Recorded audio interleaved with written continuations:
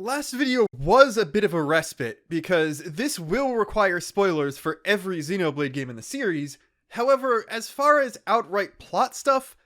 it's only really for Xenoblade 3, as all the stuff from 1, 2, and X is inside content, but for the numbered game cases, it is relatively important to the main story side content, so with the exception of X, I would still advise you to use your own discretion before watching this video. So, last time, we talked about a subtle running gag within just Xenoblade 3, but this time, we're going to expand our scope a little bit and talk about yet another way in which 3 is the thematic culmination of the entire series to date.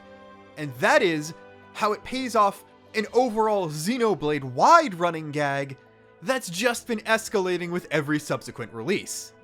People who have played every game probably know where I'm going with this already, and that is Nopon knockoffs of the main sword. This started with just a joke weapon, as in Xenoblade 1, the Nopon drug dealer side quest chain culminates in a showdown with the character Banna in Frontier Village.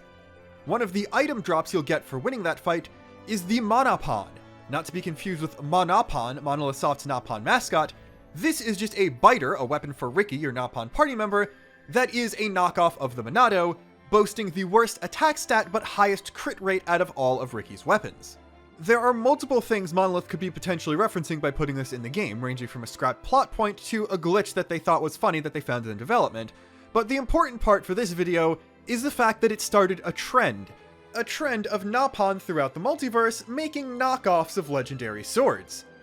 This shows up again in Xenoblade X, where you can help out a pair of Nopon treasure hunters, and by completing the fittingly named quest, The Sword of Legendariness, you can help them find a Nopon relic of the same name that looks exactly like a Monado, made with what appears to be the same technology the Nopon Commerce Guild uses to make weapons you can buy.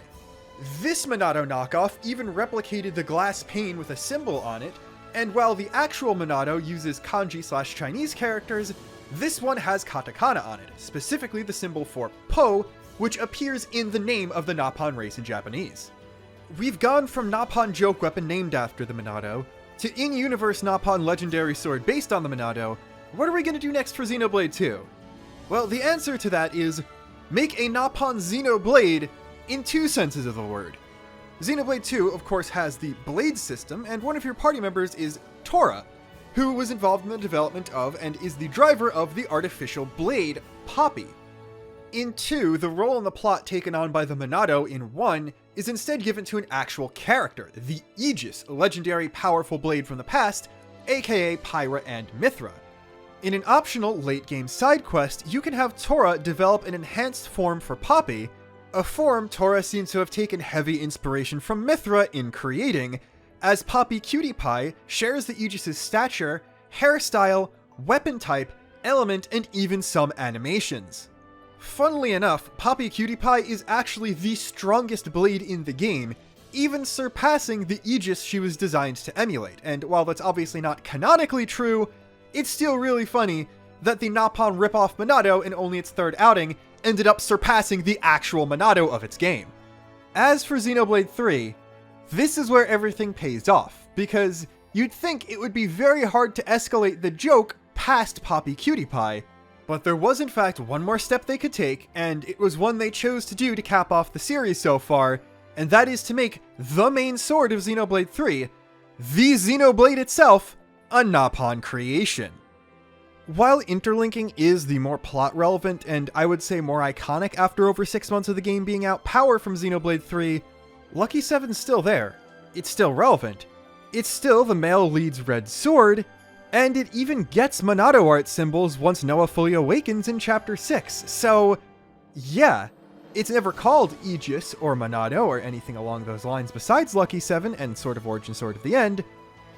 but it still takes the place of those, and it was made by Nopon.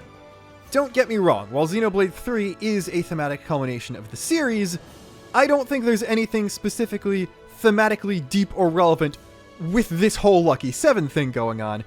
I think they just think the running gag is funny and wanted to pay off on it before they started feeling obligated to do it every single game, and as such would run out of good ideas for what to do with it.